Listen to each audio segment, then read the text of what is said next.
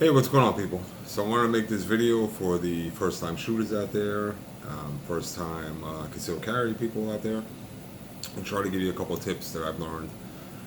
Hopefully it helps you out. All right. First, I'm going to start out by saying, it's not an easy choice picking your first handgun. All right. There's so many options out there, so many great options you can get for your money. I would, try to recommend that you rent something first if possible. Go to the handgun range and, rent a couple of different handguns, get the feel for it. Don't let anybody push you into anything, to buy. You want to get something that you're comfortable shooting. Don't go by solely the recommendation of watching a video or listening to the guy behind the counter, because maybe that guy behind the counter is pushing something that he has a lot of or she has a lot of. Or that just happens to be their favorite. It might not be your favorite. So that's why you want to try to rent it or go with somebody who has a couple of handguns so you can try theirs out, and get a better feel for it. I would definitely say for your first concealed carry, I wouldn't go with something too small, all right, because it's going to get a little bit snappy on you. And, for the most part, and you don't want to have a bad experience. It's not going to be as enjoyable to shoot if it's a little bit snappy. And you want to get practice in. Alright, so I personally recommend, and again, like I said, you don't have to listen to my recommendations at all, at least a 3.5-inch barrel. Alright, between 3 and 4, I would recommend it for your first handgun, because that's a good size that you can take to the range and enjoy shooting. And I'll give you an example. So here is a Ruger Security 9. This is a 4-inch barrel. Alright. Mag is clear, handgun's clear, nothing in the chamber. Okay, 4-inch barrel, good size. This is about the size of a Glock 19, pretty much the same size. And actually, the Ruger is a little bit thinner than a Glock 19. Now, it's been said that the Glock 19 was the perfect size, okay, which it pretty much is. You can enjoy shooting it again because it's a 4-inch barrel, so it's not as snappy. And again, this is a 9mm.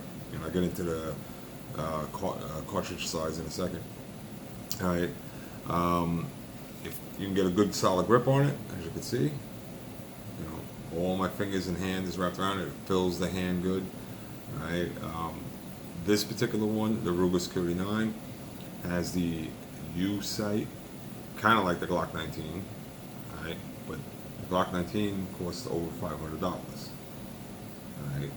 On average for a brand new one, it's $550. I know, depending on what options you get on it. This is $300 to $325.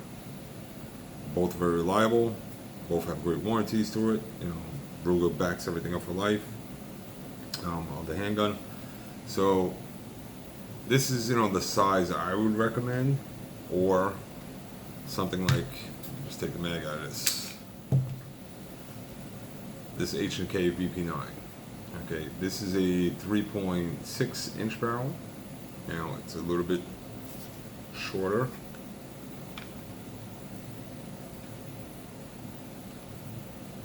As you can see right there, you can see the Ruger sticking past it. Alright, it's also a little bit shorter. Now this Ruger holds 15 rounds in it. This HK VP9 comes with 10 rounds.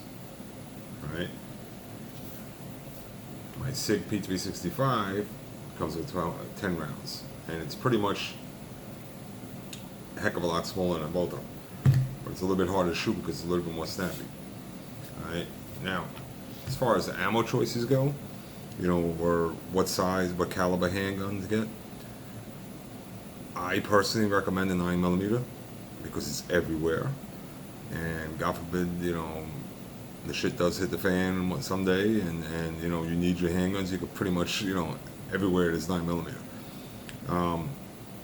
I know some gun dealers like to push like a 380. It's a little bit smaller of a cartridge. It's cheap ammo, just like the 9mm. It's cheap ammo to purchase. But it still, I personally don't think has enough impact on it as a 9 would.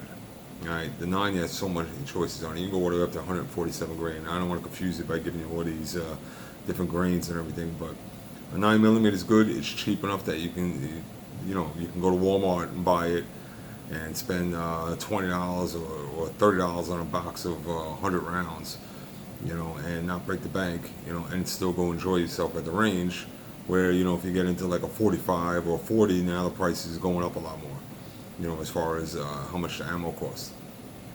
So that's something to consider also. Again, this is just my recommendations. You don't have to listen to it.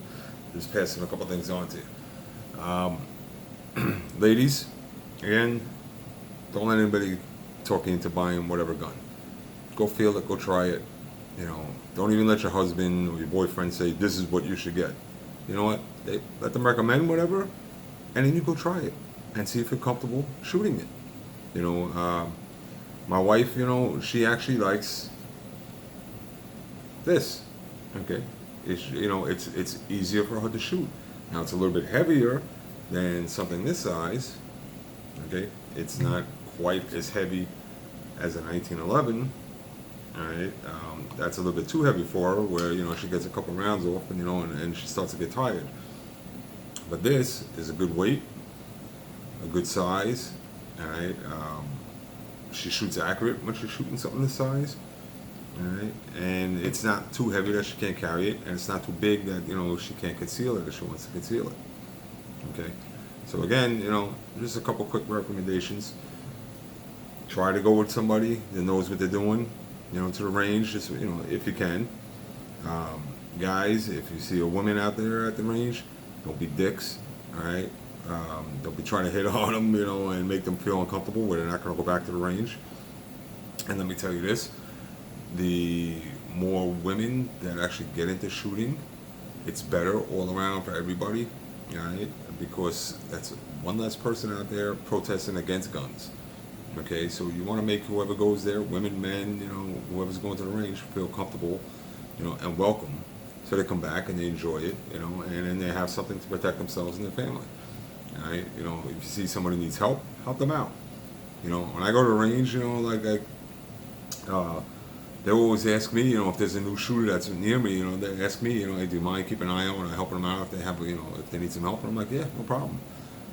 They always ask me that. The ranger officers say, hey, just keep an eye on the person next to you, in case they have a question. No problem. Because I want to make sure that person feels comfortable. I even let them shoot, what I got. Like if they want to say, hey, can I see what you're shooting over there? Can I try that? Yeah, no problem. You want to try a mag? Yeah, here you go.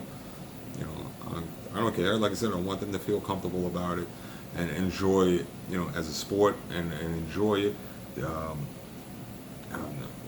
Enjoy it as a sport, and also, so they feel comfortable enough that they can keep coming back and practicing and have something to defend themselves and their families. Okay, so that's the whole thing. So again, for the first time buyers, don't let anybody push it into anything. Watch some videos just to, get a feel for it. Pick the caliber you want. Again, I recommend the 9s. Somebody might recommend something else. For the first timers, I think a 9's good. Doesn't have too much recoil on it, so anybody can pretty much handle it. All right, just get the right size. Again, I would go with a 3.5 inch to 4 inch barrel, the first one. I think it would be more enjoyable for you. And if you have any questions, or if you like, some of my recommendations, and again, it's just a recommendation. I'm not pushing you into buying anything. Please leave it in the comment box, and I'll try to reply back to you as soon as I can. And that's it. Like and subscribe. And I'll probably do another one update pretty soon, first time buyer part 2. All right, have a great day.